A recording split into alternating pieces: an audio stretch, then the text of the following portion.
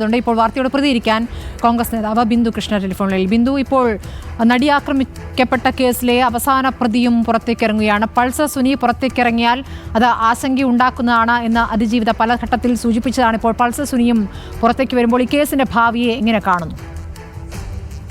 വളരെ ആശങ്കയോടുകൂടി മാത്രമേ ഈ കേസ് ആദ്യം മുതൽ ഫോളോ ചെയ്ത നമുക്ക് ഓരോരുത്തർക്കും ഈ പൾസർ സുനിയുടെ ജാമ്യത്തെ കാണുവാൻ കഴിയുകയുള്ളൂ.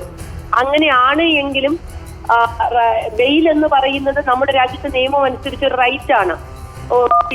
ശിക്ഷ കിട്ടാവുന്നതിന്റെ പകുതിയിലേറെ കൂടുതൽ ജയിലിൽ വിചാരണ പൂർത്തിയാക്കാൻ കഴിയാതെ കഴിയുന്നു എന്ന് പറയുന്ന ആ ലീഗൽ ആസ്പെക്റ്റിൽ പൾസർ സുനിയുടെ ജാമ്യം നിയമപരമായി നിലനിൽക്കുന്നതാണ്. പക്ഷേ ഈ കേസിന്റെ ഫാക്ട്സ് ആൻഡ് സർക്കംസ്റ്റാൻസസ് വെച്ചിട്ട് ഈ പൾസർ സുനിയുടെ ജാമ്യം എന്ന് പറയുന്നത് ഏറെ ആശങ്ക ഉളവാക്കുന്നത്. ഈ കേസിന്റെ ഘട്ടത്തിൽ ഓരോന്നും ഏറ്റവും അവസാനം നടക്കുന്ന വിചാരണ പോലും എത്രയോ ദിവസങ്ങൾ, ആഴ്ചകളോളം ക്രോസ് വിസ്താരം നടത്തുന്നു. എന്താണ് ആ ക്രോസ് വിസ്താരം നടത്തുന്നത്? ആ ക്രോസ് വിസ്താരം ഇങ്ങനെ അനന്തമായി നീണ്ടു പോകുമ്പോൾ ജുഡീഷ്യൽ ഓഫീസറോ അല്ലെങ്കിൽ പ്രോസിക്യൂഷനോ എതിർക്കുന്നില്ല എന്ന യാഥാർത്ഥ്യം ഒരു ഭാഗത്ത്. മറുഭാഗത്ത് ഈ കേസ് ഉണ്ടായ സമയത്ത് പോലീസിനോട് സാക്ഷി പറഞ്ഞ സിനിമാ താരങ്ങൾ അടക്കമുള്ളവർ എത്രയോ പേർ ഹോസ്റ്റയിലായി എന്നുള്ള വസ്തുത. അതിനും അപ്പുറത്തേക്ക് മെമ്മറി കാർഡ് അടക്കം ജുഡീഷ്യൽ കസ്റ്റഡി, സേഫ് കസ്റ്റഡിയിൽ നിന്ന് നഷ്ടപ്പെടുന്നത് അടക്കമുള്ള കാര്യങ്ങൾ എത്രത്തോളം ഇൻ ക്യാമറ പ്രൊസീഡിങ്സ് നടത്തിയിട്ടും ആ കാര്യങ്ങൾ പുറത്താകുകയും അത് അന്വേഷണം എങ്ങും എത്താതെ നിർത്തുകയും ഒക്കെ ചെയ്യുന്നു.